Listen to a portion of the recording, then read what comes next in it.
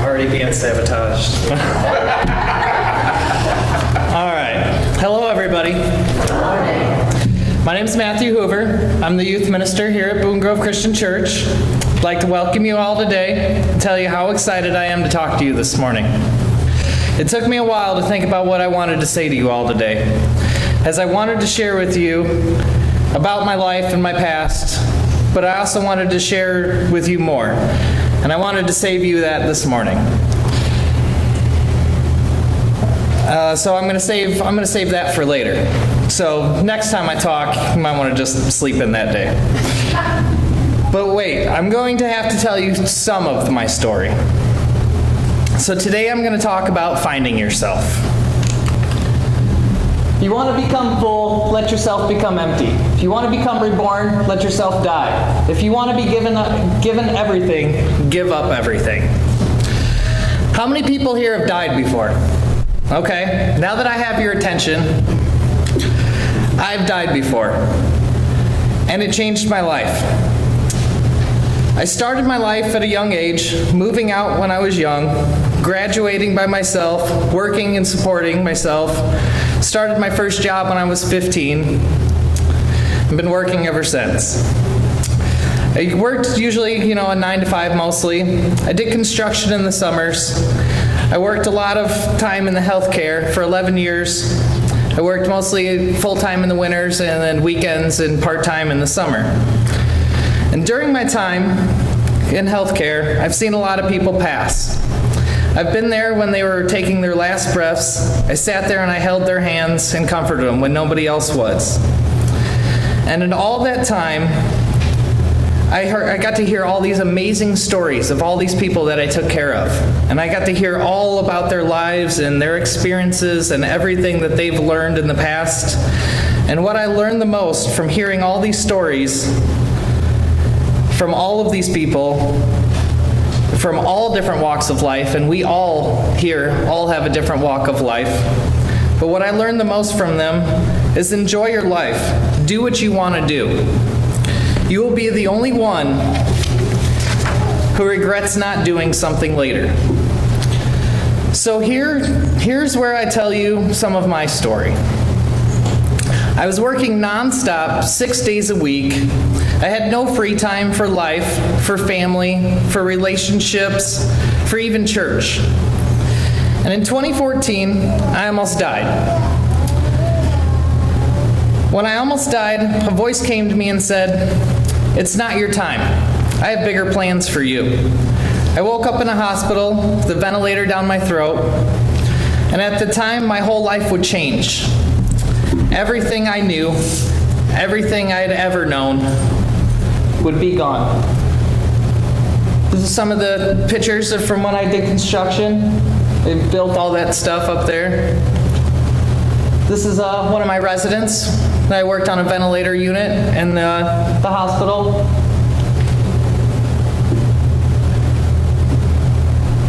So everything I knew was going to be gone. My wife, my family, my friends, and even my own child. That's my other daughter, Annalisa. This is where everything changed. I kept wondering, was I that horrible of a person that nobody cared, nobody wanted to care after all I'd been through? But there was one person, my landlord when I was in Texas. His name was Michael Creed. I'd been living in his house renting out when I was down in Texas with my ex-wife. She had left. I'd told him what was going on. He looked at me and said, "Come with me to church tonight. I do the sound." So I did.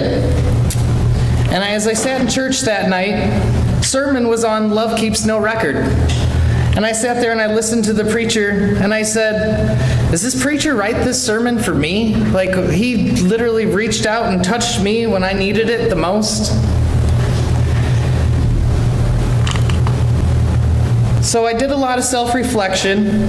I did a lot of praying, and God answered it. It wasn't the answer that I wanted.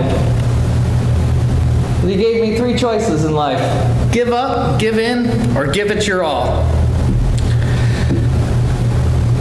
It sure wasn't the answer I wanted, but sure enough, he did answer. And he was there every step of the way.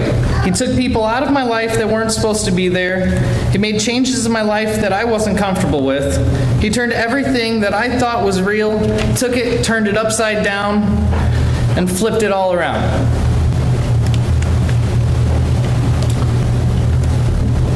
Stop worrying long enough to hear my voice. I speak softly to you in the depths of your being. Your mind shuffles back and forth, hither and yon, weaving webs of anxious confusion. As my thoughts rise up within you, they become entangled in those sticky webs of worry. Thus my voice is muffled and you hear only white noise. Ask my spirit to quiet your mind so that you can think of my thoughts. This ability is an awesome benefit of being my child. Patterned after my own image, do not be defined by the noise of the world or that your own thinking. Instead, be transformed by the renewing of your mind. Sit quietly in my presence, letting my thoughts reprogram your thinking. Deuteronomy 3:20, Genesis 1:27, and Romans 12:2.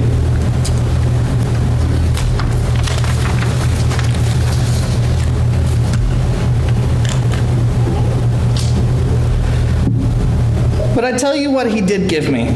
He gave me a new life. He gave me a new way of thinking, a new chance at the rest of my life. He did give me everything I was praying for, just not the way I was praying for it, not the way I wanted it. They say be careful what you wish for, and oh boy is that true. So through this whole ordeal that I learned to enjoy the little things in life, do the things you want to do in life. The world has changed so much that you can literally do anything you want to do. You put your mind to it, you put your heart to it, you have the ambition to go out there and do it, and you can achieve it.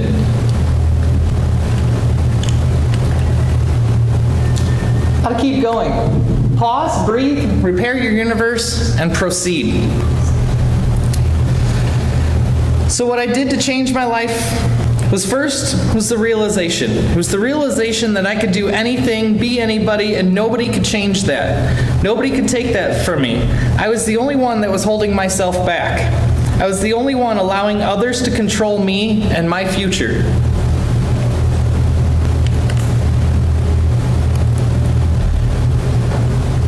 God did the work by taking the bad people out of my life, but I was the one.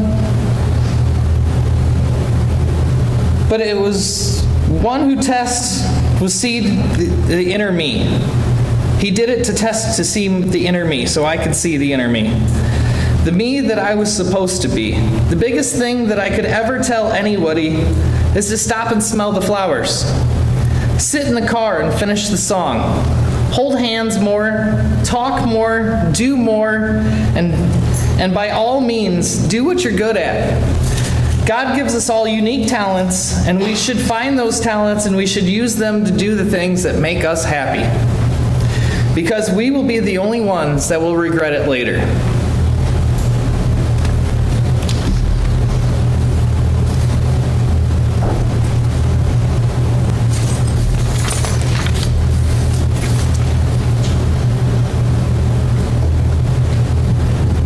So, what does it take?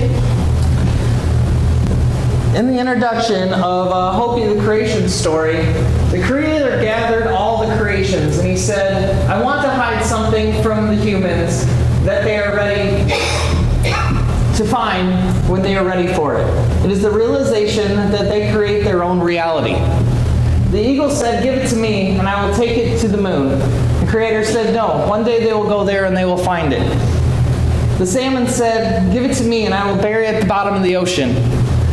And the Creator said, no, they will go there too. The buffalo said, I will bury it in the great plains. And the Creator said, they will cut into the skin of the earth, and they will find it even there. Grandmother Mole, who lives by the breast of Mother Earth, and who has physical eyes and sees with spiritual eyes and not physical eyes, said, put it inside of them. And the Creator said, it is done. So the first thing it takes realization to find yourself, to find your true inner self, to find your passions, to find your goals, to find what makes you happy as a person. Nobody else can do that for you.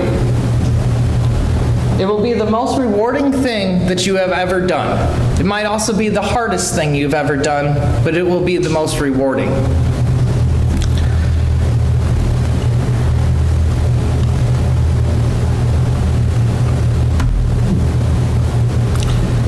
And if you find something you love, let it kill you. Let it consume of your every desire, and somebody will recognize those talents. And you will be richer beyond belief with things that matter most. The things that life is made of, the little moments, the long walks, the long kisses, the smile on your children's faces, the fishing trips, the long talks with somebody about the most random things, about your dreams and your goals until the sun comes up in the morning. The moments that get lost in the daily routine that is life. Sometimes God takes things away from us so He can give us better things. Sometimes it's the most eye-opening, damaging, hardest thing that you've ever had to do in your entire life. But God is always there, and He's always saying, trust me, I've got something better in store for you. And at first, when all of this happened, I didn't believe it. It took me forever. It took me over a year till I would believe, until I kept seeing that God was there the whole time, holding my hand, giving me His graces, guiding the way, and guiding me to where He wanted me to be. Not where I wanted to be, but where God wanted me to be.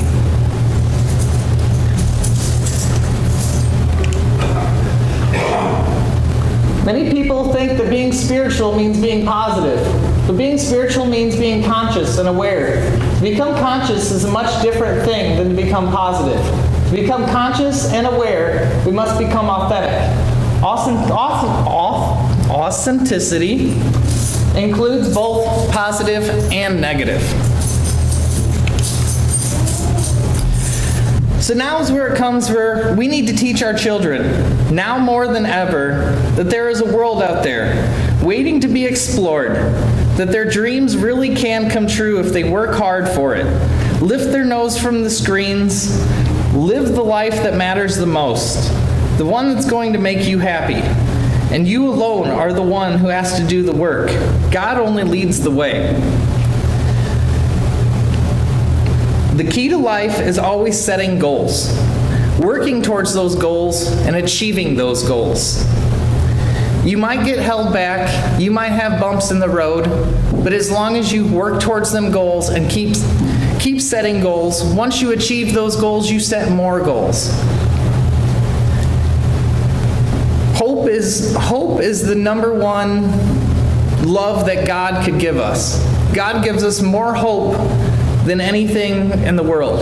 God gives us hope that tomorrow will be different, that today is better, that everything is perfect the way He plans. Hope is the best thing that God could give anybody. After you set more goals, and your goals can be anything your heart desires. It can be going on a fishing trip with your buddies. It can be spending more time at home. It can be getting your garden planted. Your goals don't have to be extravagant. Finishing that degree you never got or anything. It's your goals. Nobody can set those goals for you. This is your life, and you're the one that's going to make it happy. So you need to set those goals for yourself. And look to God the entire way for guidance.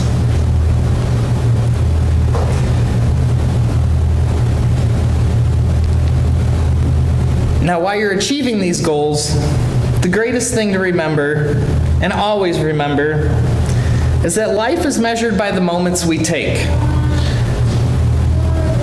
That the moments that take our breath away. Life is measured by the moments that take our breath away, not the breaths we take. So, life is measured by the moments we take that take our breath away, not by the breaths we take. It's always the little things in life. The little things in life are what matter more. Doesn't matter you had $1 million job and you big house and everything. If you're alone, you don't have family, you don't have friends, none of that matters in the end. The only thing that matters is your happiness. Money doesn't buy happiness. It's the little things in life that make you happy. It's the church on Sundays mornings. It's the smile on your children's face. It's coming to church and seeing all my church family. That I love seeing your guys' faces every Sunday. It's the greatest reward in life is to be happy. And some people can't find that because they're lost in the day-to-day routine. They're too worried about going to work and making that dollar to pay the bills. And I understand it's harder now than it ever was. But life is still about the little moments. The moments that hold everything together. They're the glue that makes every day, getting up, seeing the sunrise, makes it all just that more amazing. Do not educate your children to be rich. Educate them to be happy. So when they grow up, they'll know the value of things and not the price of them. We don't pay for objects with money. We pay for objects with time of our life that we've spent that we'll never get back. You've spent that time of your life working to make that money, to buy an object, and that's time you'll never get back. It's in the past. And that's why you got to look forward to the future. Can't live in the past, but you can live in the future. That's where you're setting your goals, working towards the goals, and doing what you want to do to make yourself happy and to make, to follow God's way and to make Him happy. That's where it all comes into play. I could have all the money in the world and it wouldn't make me any happier than to just hug my little girls and to give them kisses and, to spend the day with them fishing and to see their faces light up when they catch that fish and reel it in. And I had to almost die to learn that lesson. I worked so hard, just working every day to build this life, to build, buy a house, all that. I bought that house across the road when I was 22 years old. And I've lived there for 10 years now. And I worked so hard to get into that house. And it didn't mean nothing in the end. But to see my kids grow up in that house, that means everything. To see them run through that floor, to see them laugh and play, that was the important part. It had nothing to do with buying the house. It had nothing to do with going to work. It was the little moments. It was stopping to smell the flowers in the front yard. It was watching the sunrise over the tree in the beautiful Boone Grove countryside.